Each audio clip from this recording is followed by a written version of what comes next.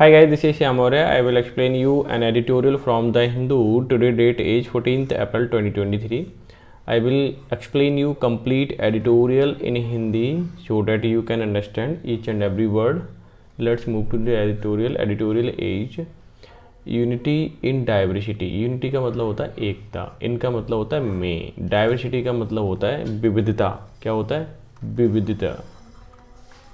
यानी कि बहुत डिफरेंट चीज़ें हों, उसमें क्या हो? एकता हो. जैसे कि इंडिया में डिफरेंट कैटेगरी के लोग रहते हैं, डिफरेंट रिलीजियस के लोग रहते हैं, उनमें सब में एकता है, मिलजुल के रहते हैं. तो यही क्या है? हमारी यूनिटी इन डाइवर्सिटी है. क्लियर है? और इसका सब टाइटल देखें, ओपोजिशन यानी कि विपक्ष. पार्टी, जितनी भी विपक्ष की पार्टी हैं, मस्ट रिकॉग्नाइज, उन्हें ज़रूर से ज़रूर पहचानना चाहिए देयर डिफरेंसेस, जो उनके मतभेद हैं. वाइल, जब, कमिंग टुगेदर, जब वो साथ साथ आ रहे हैं. क्या आ रहे हैं? साथ साथ आ रहे हैं. तो उन्हें कमिंग टुगेदर मतलब साथ साथ आ रहे हैं, तो उन्हें मतभेद जो भी है उनके अंदर उन्हें पहचान लेना चाहिए, ना तो बाद में फिर क्या होगी? प्रॉब्लम होगी. ठीक है ना? तो ये है एडिटोरियल, इसको हम डिस्कस करेंगे. लेकिन सबसे पहले हम कर लेते हैं वोकैब को डिस्कस. ठीक है? और वोकैब के बाद करेंगे क्वेश्चंस ऑफ द डे, जो कि आपके एग्जाम के पॉइंट ऑफ व्यू से बहुत इंपॉर्टेंट है. ठीक है? Let's move to the vocab. आज की वोकैब क्या है भाई? मैं आपको बता दूं, अगर इसकी पीडीएफ अगर आपको चाहिए तो पीडीएफ का टेलीग्राम का चैनल टेलीग्राम का लिंक मैंने नीचे दे रखा है. ठीक है? वहाँ जाइए और पीडीएफ को एंजॉय कीजिए. अब क्विज वगैरह भी दे रखा है वहीं पे ना, तो क्विज का भी फ़ायदा आप ले सकते हैं. क्लियर है? अच्छा, फर्स्ट वर्ड है लॉगर हेड. इसका मतलब तो मूर्ख, बेवकूफ़, यानी कि ब्लॉक हेड या बोन हेड भी आप बोल सकते हैं. स्ट्राइडेंट का मतलब कठोर, पक्का. रॉकस बोल सकते हो, सिरिल बोल सकते हो. टफ का मतलब अधिकार क्षेत्र, रेंज ऑफ ज्यूरिसडिक्शन, यानी कि जहाँ पर आपका अधिकार रहता हो, इन्फ्लुएंस जहाँ रहता हो, आप ऐसा भी बोल सकते हैं. एक्सप्लोरेटरी का मतलब अन्वेषी, मतलब शुरुआती दौर में किसी भी चीज़ को सर्च या सर्विंग इन कर रहे हो, डिस्कवरी कर रहे हो, खोज कर रहे हो, वो सब क्या हुआ? एक्सप्लोरेटरी होता है. एनिमोसिटी है. एनिमोसिटी का मतलब होता है कटुता, दुश्मनी की भावना, फीलिंग ऑफ इल विल या फिर बैड ब्लड भी बोल सकते हो आप. ठीक है? एनिमोसिटी का मतलब समझ में आ गया. नेक्स्ट है प्रे. शिकार करना, अनुचित लाभ उठाना भी होता है. हमेशा तुमने शिकार करना पड़ा है तो इसका मीनिंग जरूरी नहीं शिकार करना ही यूज करें, अनुचित लाभ उठाना भी होता है. ठीक है? प्रीडेट भी बोल सकते हो, फीड भी बोल सकते हो आप इसके सिनोनिम में. ठीक है? ये देखिए, बॉर्न आउट का मतलब होता है अकर्ड बिकॉज ऑफ, मतलब किसी चीज़ का होना क्योंकि. ये ठीक है? ये पूरा क्या है? इसका मीनिंग है. और मैं आपको बता दूं, अगर वीडियो आपको अच्छी लग रही हो तो लाइक, शेयर, ठीक है, पॉसिबल हो पाए तो शेयर तो कर ही देना. ठीक है? और बाकी नए चैनल पे तो सब्सक्राइब कर देना चैनल को, ताकि इस तरह की वीडियो मैं आपको रेगुलर बेस में प्रोवाइड करा पाऊँ. नेक्स्ट है एंटागोनिज्म का मतलब विरोध, बैरभाव, एनमिटी, हॉस्टिलिटी. ठीक है? ये क्या हो जाएंगे? इसके मीनिंग हो जाएंगे. राइवल का मतलब प्रतिस्पर्धा, प्रतिद्वंदी, इक्वल या फिर मैच. इवेसिव का मतलब गोलमाल, अस्पष्ट. डेलिबरेटली या वेग, दोनों ही. डेलिबरेटली वेग क्या हो जाएंगे? इसके मीनिंग हो जाएंगे. ठीक है? हेजुमन का मतलब होता है सुप्रीम लीडर. क्या होता है? सुप्रीम लीडर, हेजुमन, ध्यान रखना.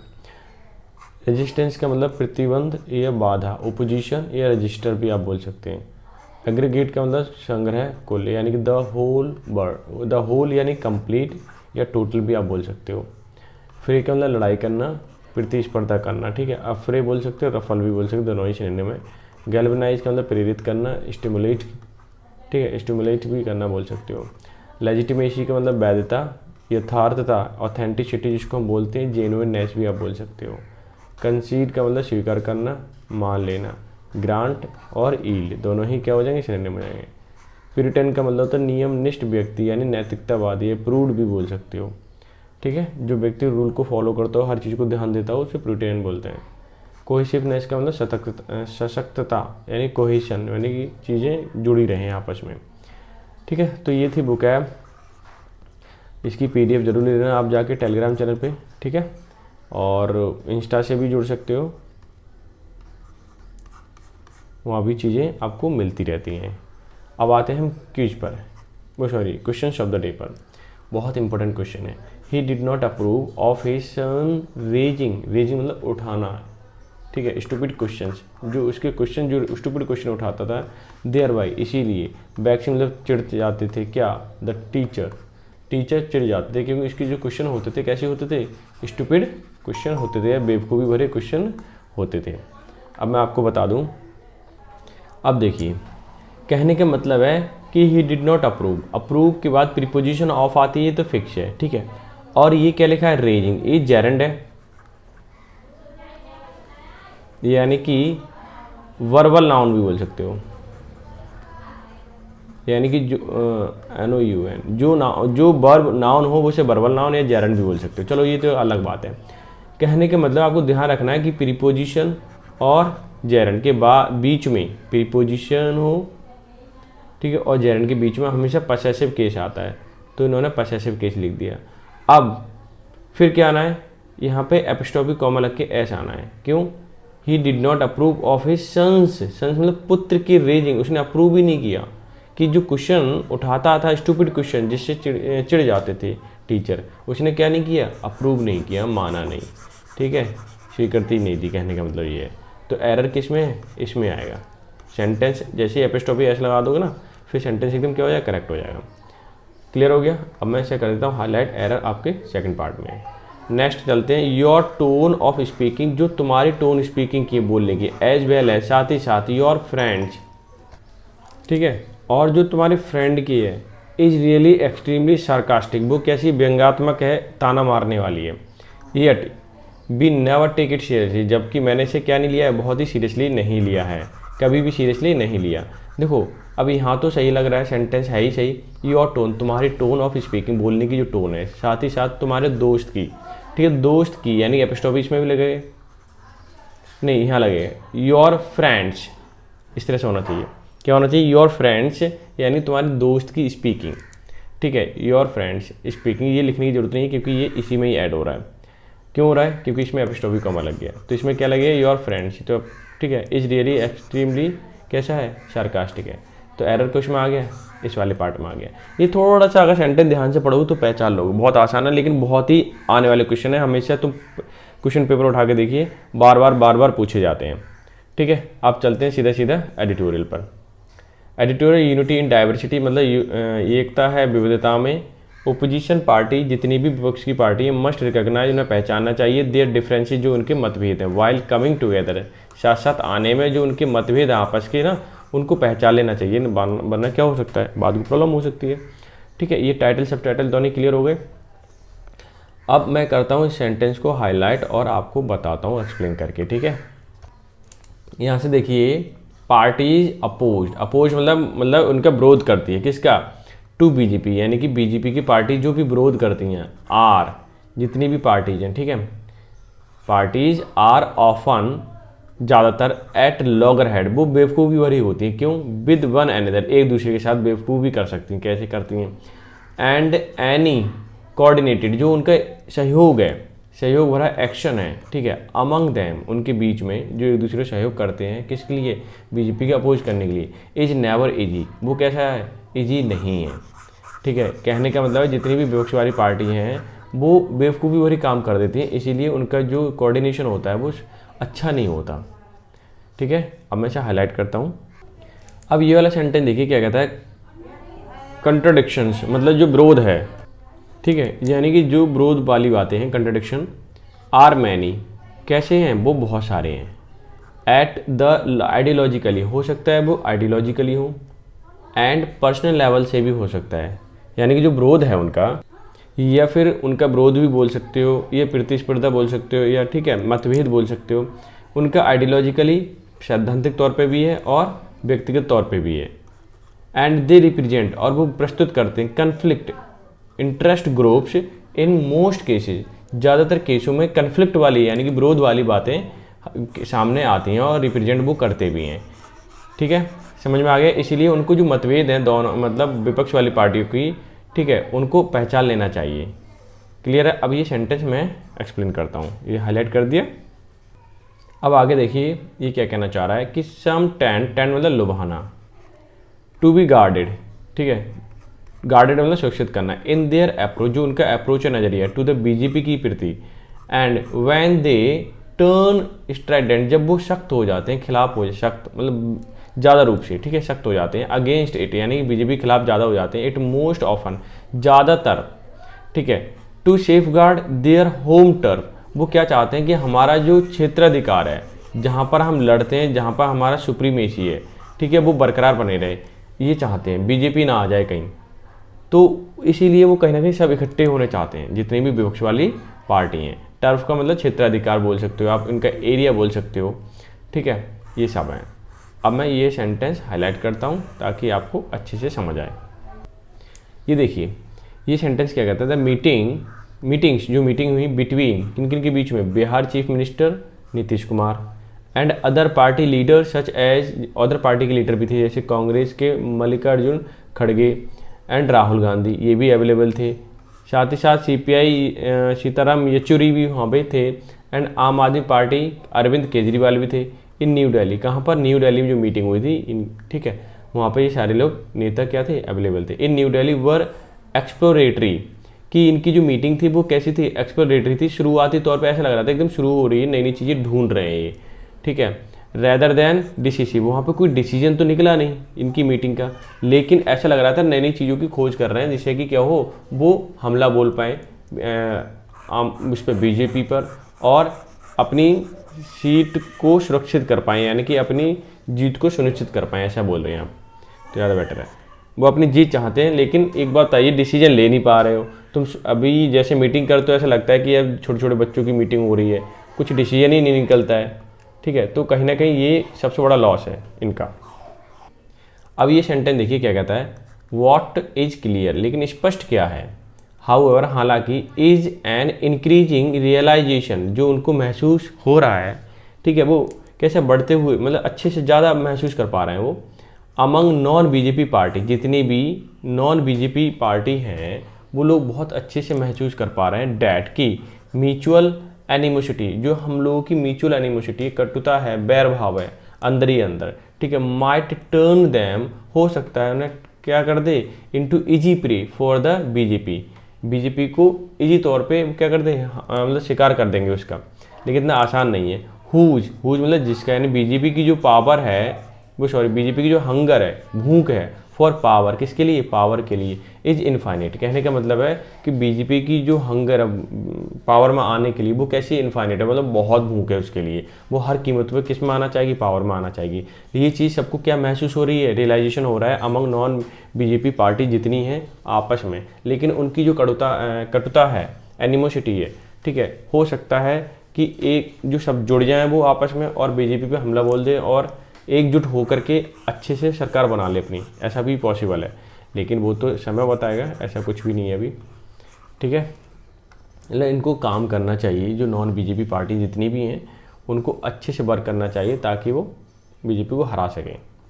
आगे देखें, अब यहाँ से देखिए क्या कहता है, the fact that most of these non BJP party, जितनी भी नॉन बीजेपी पार्टी हैं, were born out of antagonism, ये हुई क्यों थी, ये हुई थी जितनी पार्टी बनी है वो एंटागोनिज्म ऑफ द कांग्रेस, कहीं ना कहीं मतभेद रहा था, एक दूसरे के विरोध रहा था, फिर ये पार्टी बन चुकी हैं क्योंकि कांग्रेस बहुत पुरानी है।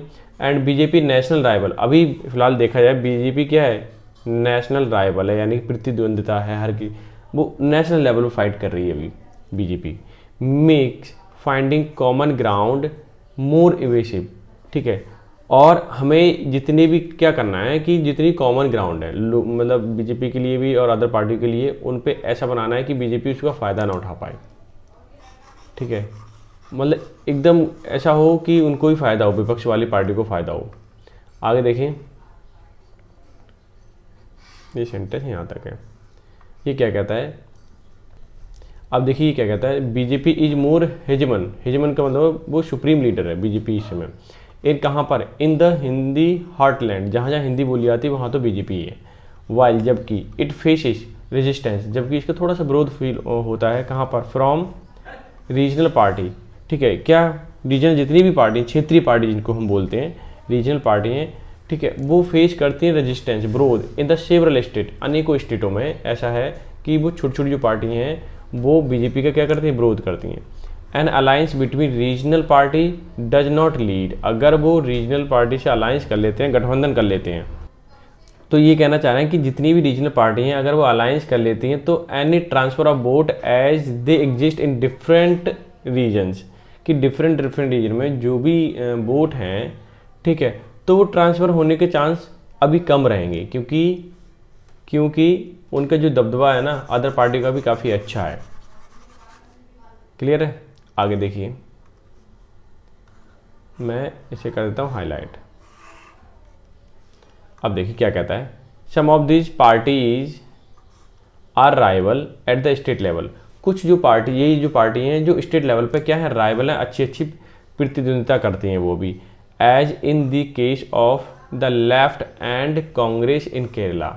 ठीक है, अगर हम केस देखें केरला, उसमें केरला का जो कि, ठीक है, case of the left and Congress in Kerala, Kerala में तो कांग्रेस ही है, ठीक है, therefore the pre poll alliance of limited consequences, अगर मान लीजिए इलेक्शन से पहले हम क्या करते हैं, अलायंस करते हैं, तो उसका जो कंसिक्वेंसेज आने, रिजल्ट आना है, वो थोड़ा ज़्यादा अच्छा नहीं आएगा, नॉर्मल ही रहेगा। जनरली स्पीकिंग ऐसा बोला जाता है कि इलेक्शन से पहले अगर गठबंधन कर रहे हो तो ज़रूरी नहीं है कि पब्लिक उसे वोट ही देते, ठीक है, ऐसा ज़रूरी नहीं है, तो उसका जो असर आना है या कंसिक्वेंसेज आना है वो ज़्यादा चेंज नहीं होगा।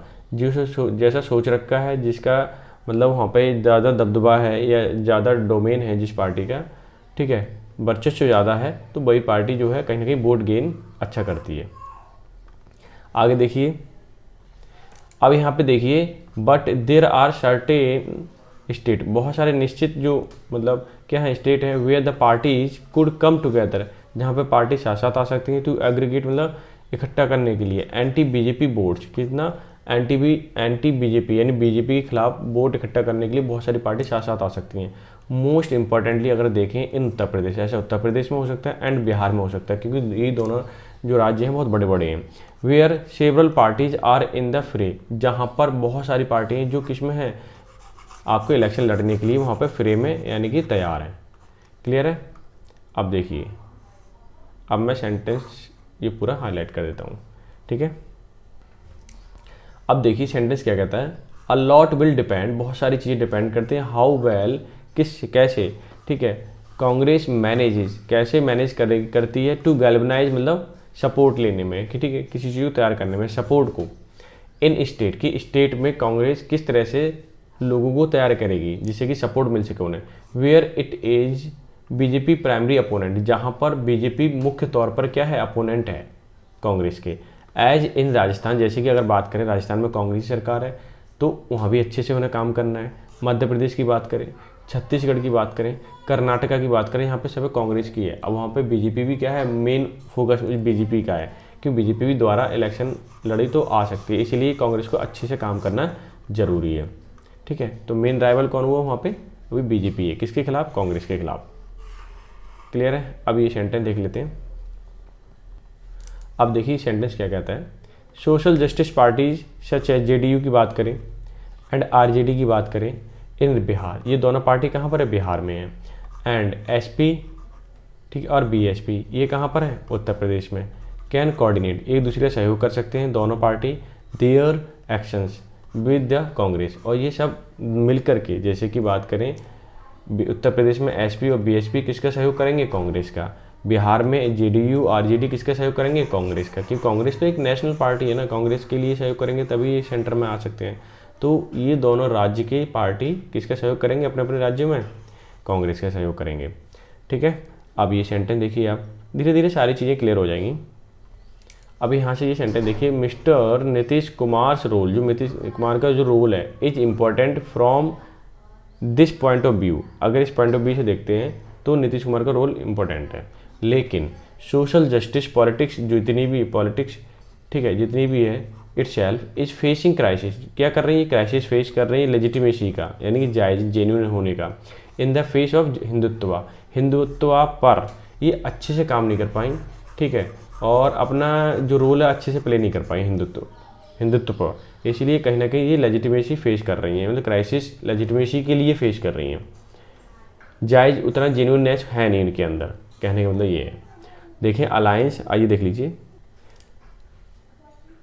Alliance are important, alliance important जरूरी है, ठीक है, बट शेयर प्रोग्राम, जो शेयर प्रोग्राम एंड विजन है, एम्पलीफाई उसको बढ़ाना है, बाय सस्टेन, जो सस्टेन कर पाए, ठीक है, आउटरीच टू द पब्लिक, जो पब्लिक तक पहुंच पाए, आर मोर इम्पॉर्टेंट, जो बहुत ही ज़्यादा क्या है, इंपॉर्टेंट है। मतलब एक प्रोग्राम जो कि विजन वगैरह जो भी है वो पब्लिक तक पहुंचे इन पार्टियों का, तब जाकर के क्या होगा, पकड़ बनेगी इनकी, ठीक है। अब ये सेंटेंस यहाँ तक है, मैं इसे एक्सप्लेन कर देता हूँ। ये देखिए, अब ये क्या कहना चाहता है, द सिग्निफिकेंट मतलब महत्वपूर्ण डिफरेंसेस, यानी मेन डिफरेंस जो है ऑफ ओपिनियन अमंग की ओपोजिशन, जो की ओपोजिशन है, ठीक है, यानी कि मुख्य ओपोजिशन लीडर हैं over the Adani group, Adani controversy, यानी अडानी का जो कंट्रोवर्सी है, ठीक है, जो भी अभी कंट्रोवर्सी चल रही है, तो उस पर इनका ओपिनियन जो है ना वो डिफरेंट है, वो सेम होना चाहिए। And B D Savarkar are cases in point, अगर B D Savarkar case में देखें उसमें भी इन पार्टियों का जो मत है ना वो कहीं ना कहीं डिफरेंट है, तो ये कहीं ना कहीं प्रॉब्लम करता है। अगर ये सब एक जैसे हो जाए ना तो बहुत अच्छे से लड़ जाएंगे बीजेपी से, ये कहना चाहता है। क्लियर। अब देखें, an opposition front will have to concede, उसे मान लेना चाहिए ओपोजिशन पार्टी को, the wide variety of opinions, जो ओपिनियंस हैं different and interest that exist among its key actors, कि जो लोग काम कर रहे हैं उनके जो मेन इंटरेस्ट हैं उन सबको, मतलब पहले तो सबको मिलजुल के काम करना चाहिए और उनके जो विचार हैं वो एक जैसे होना चाहिए, और बीजेपी के खिलाफ जो भी बात कह रहे हैं वो सेम होना चाहिए, ठीक है। इस बात को माननी चाहिए कि क्या क्या चीज़ फैक्टर है, तो अगर मान लेंगे तो बेटर है इन लोगों के लिए। आगे देखिए, आगे क्या कहता है, अब ये सेंटेंस देखिए क्या कहता है, आ प्यूरिटन मतलब जो नैतिकतावादी है, आइडियलिस्टिक परस्यूट, जो परस्यू करना चाहते हैं, इज एन अल्टीमेटली, ठीक है, लग्जरी एट द मोमेंट, कि इस समय बहुत बेटर है। क्यों? क्योंकि नैतिकतावादी बात कर रहे हैं सारी चीज़ें। इन एनी केस, अगर किसी केस में, that will not be match to the ideologically cohesiveness of the BJP, ठीक है, अगर वो बीजेपी के साथ जो भी मैच करना चाहते हैं अगर वो आइडियोलॉजिकली मैच नहीं हुआ तो क्या होगा, तो ये लग्जरीनेस है ना ऑफ द मोमेंट की वो खत्म हो जाएगी, मतलब ये अच्छा नहीं रहेगा ऐसा। तो कहने का मतलब ये है कि जिससे भी इनका अलायंस हो या कोई भी काम करे साथ साथ मिल करके, ठीक है, तो उनकी जो आइडियोलॉजी है वो सेम होनी चाहिए, और जो व्यू है, ठीक है, किसी भी बात को लेकर के वो कैसा होना चाहिए, सेम होना चाहिए, ठीक है ना। तो ये था आज का एडिटोरियल, आई होप सो आपने एंजॉय किया होगा। तो मिलते हैं नेक्स्ट सेशन में, तब तक के लिए bye bye, take care, have a good day.